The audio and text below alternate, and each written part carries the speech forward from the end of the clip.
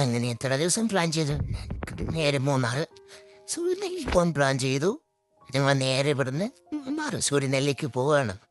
ഒന്ന് പ്ലാനിലുള്ള സ്ഥലം എന്ന് വെച്ച് കഴിഞ്ഞാൽ സൂര്യനെല്ലി കൊളുക്കുമലയുടെ അവിടെ ഒരു സിപ്പ് ലൈൻ ഉണ്ട്. 1800 മീറ്ററുള്ള സിപ്പ് ലൈൻ. അതിൻ്റെ സ്പീഡ് 90 km/h.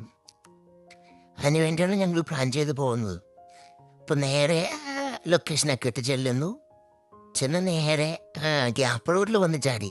അവിടെ നിന്ന് ഉള്ളിലെ ഏറ്റവും ഒരു ഊള ചായയില്ല കാപ്പി. ഇത്രയും വൃത്തിയിട്ടൊരു കാപ്പി ഞാൻ കുടിച്ചിട്ടില്ല.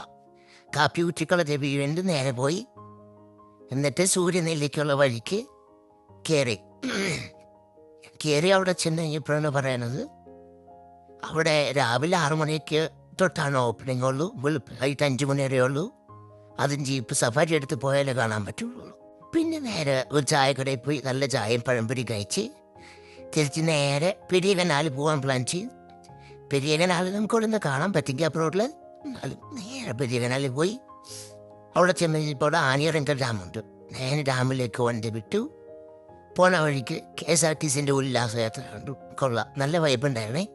ഈവനിങ് ആയപ്പോഴേക്കും ഞങ്ങൾ നേരെ KSRTC ആനിയറങ്കൽ ഡാമിലെത്തി.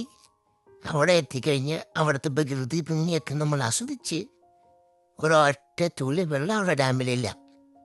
പിന്നെ ഞാൻ ഇക്കാടെ കൂടി കുറേ നേരം ഡാമിനെ കുറേ വിശകലനം ചെയ്തു. ഉപയോഗമൊന്നുമില്ലാത്തതുകൊണ്ട് പിന്നെ സംസാരിക്കേണ്ട ആവശ്യമില്ലല്ലോ.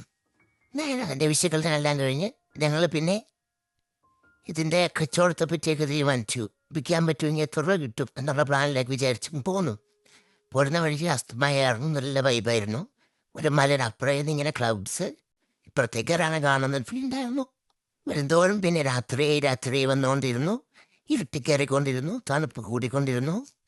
അതിനുശേഷം ഞങ്ങൾ മലയിറങ്ങി തിരിച്ച് മൂന്നാർ ടൗണിലേക്ക് പോയിക്കൊണ്ടിരുന്നു. വന്ന വഴിക്ക് നൈറ്റ് വ്യൂ നല്ല രസമാണ്. മൂന്നാർ ടൗണിൽ തിളങ്ങി നിൽക്കും. പിന്നെ മൂന്നാർ ടൗൺ വന്നപ്പോഴേക്കും നല്ല ചന്ദ്രൻ ഉദിച്ച് നിൽക്കുന്നു. ആ വൈബിൽ കൊണ്ട് നേരെ വീട്ടിലേക്ക് പോന്നു.